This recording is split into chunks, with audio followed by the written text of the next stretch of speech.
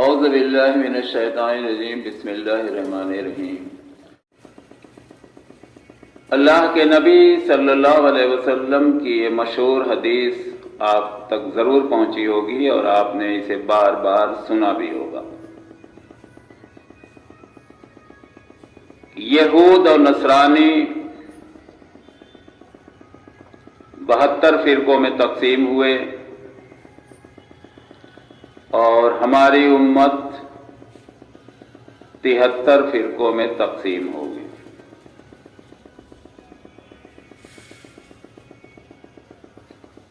اور صرف ایک فرقہ جنت میں جائے گا، ایک گروہ جنت میں جائے گا، جو گروہ جو لوگ اللہ کے نبی صلی اللہ علیہ وسلم اور صحابہ کرام کے راستے پر ہوں گے۔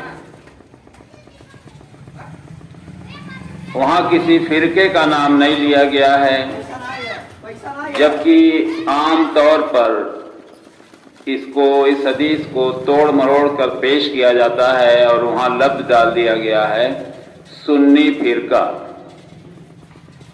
جبکہ حقیقت کچھ اور ہے۔ وہاں الفاظ یہ آئے ہیں کہ جو ہمارے اور ہمارے صحابہ کے طریقے پر عمل کرے۔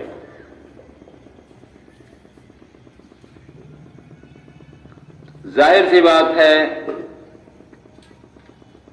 کہ اللہ کے نبی صلی اللہ علیہ وسلم نے سارے امتیوں کو آگاہ کیا ہے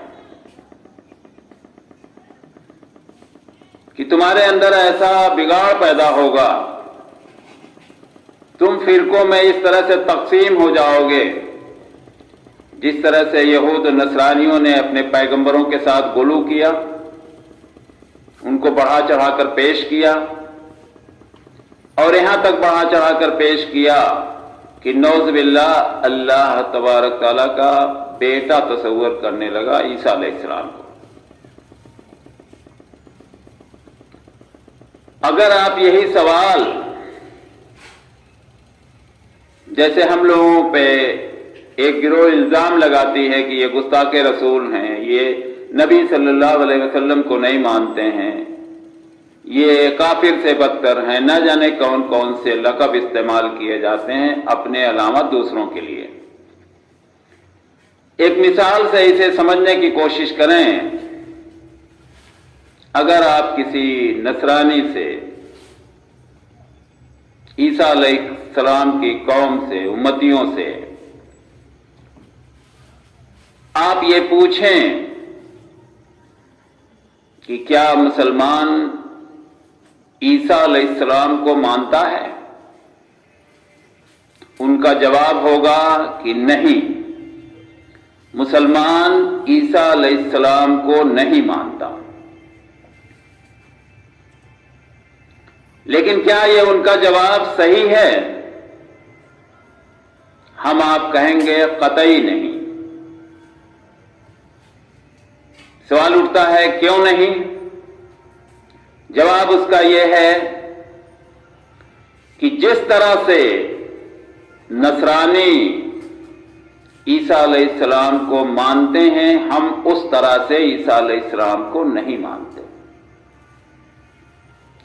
وہ عیسیٰ علیہ السلام کو اللہ تبارک تعالیٰ کا بیٹا مانتے ہیں، اور ہم عیسیٰ علیہ السلام کو اللہ تبارک تعالیٰ کا معزز پیغمبر مانتے ہیں۔ ان کا جو معیار ہے، ان کا جو کرائیٹیریا ہے، اس حساب سے سارے مسلمان ان کے نظریے سے گستاخ رسول ہیں، یعنی وہ عیسیٰ علیہ السلام کے نعوذ باللہ انکاری ہیں۔ جبکہ حقیقت یہ ہے کہ مسلمان ہی عیسیٰ علیہ السلام کو اصلی شکل میں مانتے ہیں، جو درجہ اللہ تبارک تعالیٰ نے ان کو دیا۔ اب اگر یہ بات آپ کے سمجھ میں آ گئی ہوگی تو بعد کی باتیں آپ کے سمجھ میں آسانی سے آ جائیں گی۔ ٹھیک اسی طرح سے جو اوروں پہ الزامات لگائے جاتے ہیں گستاخ رسول کے اور نہ جانے کن کن لقب سے پکارا جاتا ہے، اگر آپ حقیقت جانیں گے تو چونک جائیں گے۔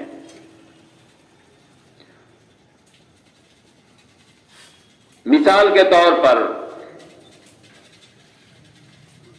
اس مسجد سے جب بھی کوئی تقریر ہوتی ہے،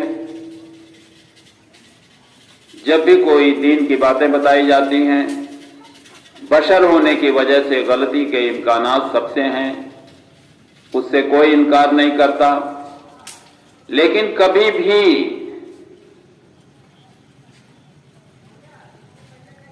قرآن شریف اور اللہ کے نبی صلی اللہ علیہ وسلم کے فرمان کے علاوہ کسی اور طرف رخ موڑتے اگر کوئی بھی مسلمان سنا ہو تو وہ آئے گواہی دے،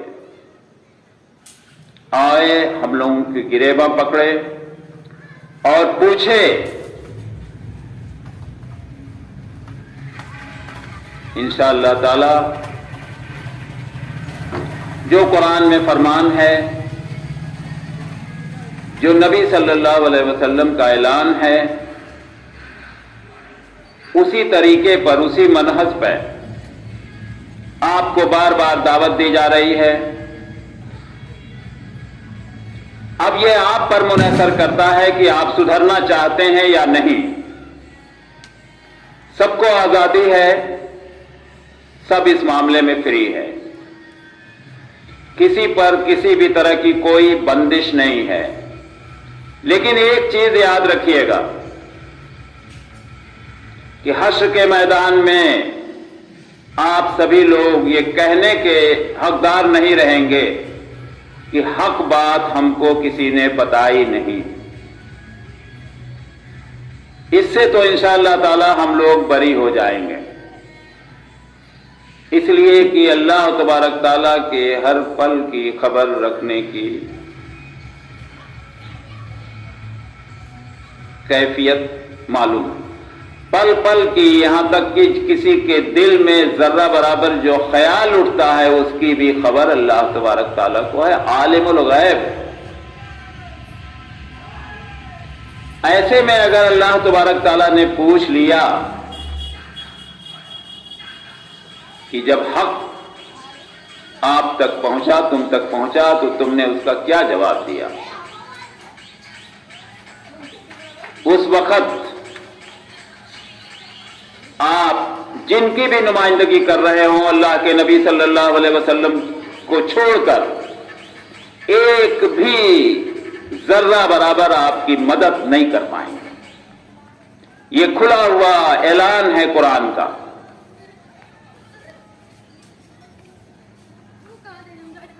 ایسے میں دوبارہ دنیا میں آنا ناممکن ہے۔ یہ امتحان صرف ایک بار کا ہے، یہ مہلت صرف ایک بار کی، یہ چانس صرف ونس اینڈ ونلی ایک بار کا ہے۔ آپ چاہیں تو اپنی آخرت سنوار لیں، آپ چاہیں تو اپنی آخرت بگاڑ لیں۔